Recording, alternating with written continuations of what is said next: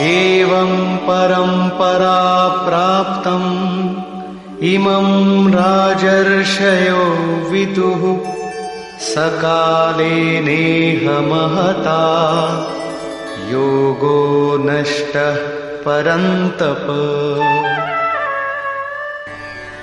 इस प्रकार किसी महापुरुष द्वारा संस्कार रहित पुरुषों की सुरा में, सुरा से मन में, मन से इच्छा में और इच्छा तीव्र होकर क्रियात्मक आचरण में ढलकर ये योग क्रमशः उत्थान करते करते राजर्षि श्रेणी तक पहुंच जाता है।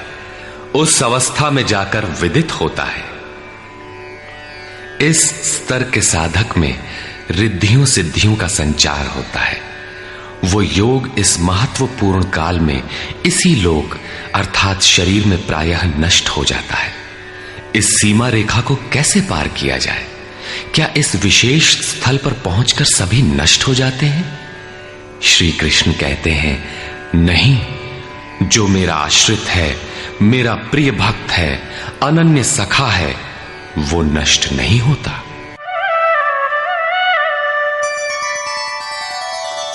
स एवायं मया तेद्य योगः प्रोक्तः पुरातनः भक्तोऽसि मे सखा चेति रहस्यं ह्येतदुत्तमम्।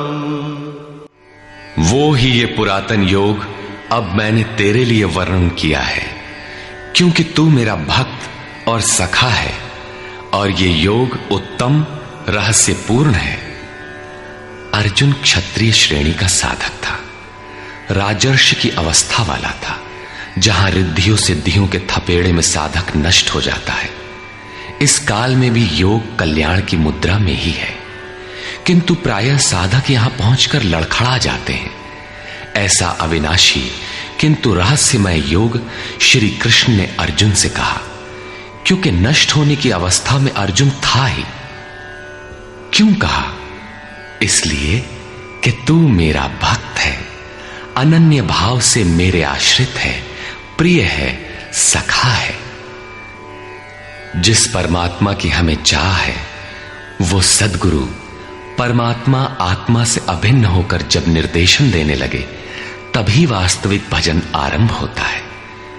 यहां प्रेरक की अवस्था में परमात्मा और सद्गुरु एक दूसरे के पर्याय हैं। जिस सतह पर हम खड़े हैं, उसी स्तर पर जब स्वयं प्रभु हृदय में उतर आए, रोकथाम करने लगे, डगमगाने पर संभालें, तभी मन वश में हो पाता है। मन बस होई तबही जब प्रेरक प्रभु बरजे। जब तक इष्ट देव रथी होकर आत्मा से अभिन्न होकर प्रेरक के रूप में खड़े नहीं हो जाते, तब तक सही मात्रा में इस पथ में प्रवेश ही नहीं होता। वो साधक प्रत्याशी अवश्य है, लेकिन भजन उसके पास कहां? पूज्य गुरुदेव भगवान कहा करते थे, हो हम कई बार नष्ट होते होते बच गए, भगवान ने ही बचा लिया। भगवान ने ऐसे समझाया, ये कहा।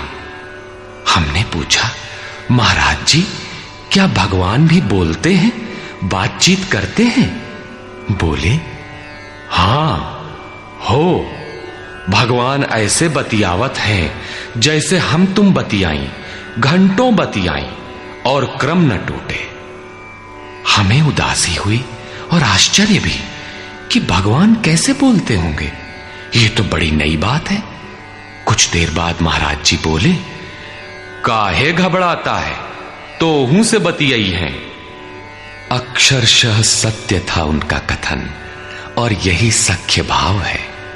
सखा की तरह वे निराकरण करते रहें, तभी इस नष्ट होने वाली स्थिति से साधक पार हो पाता है।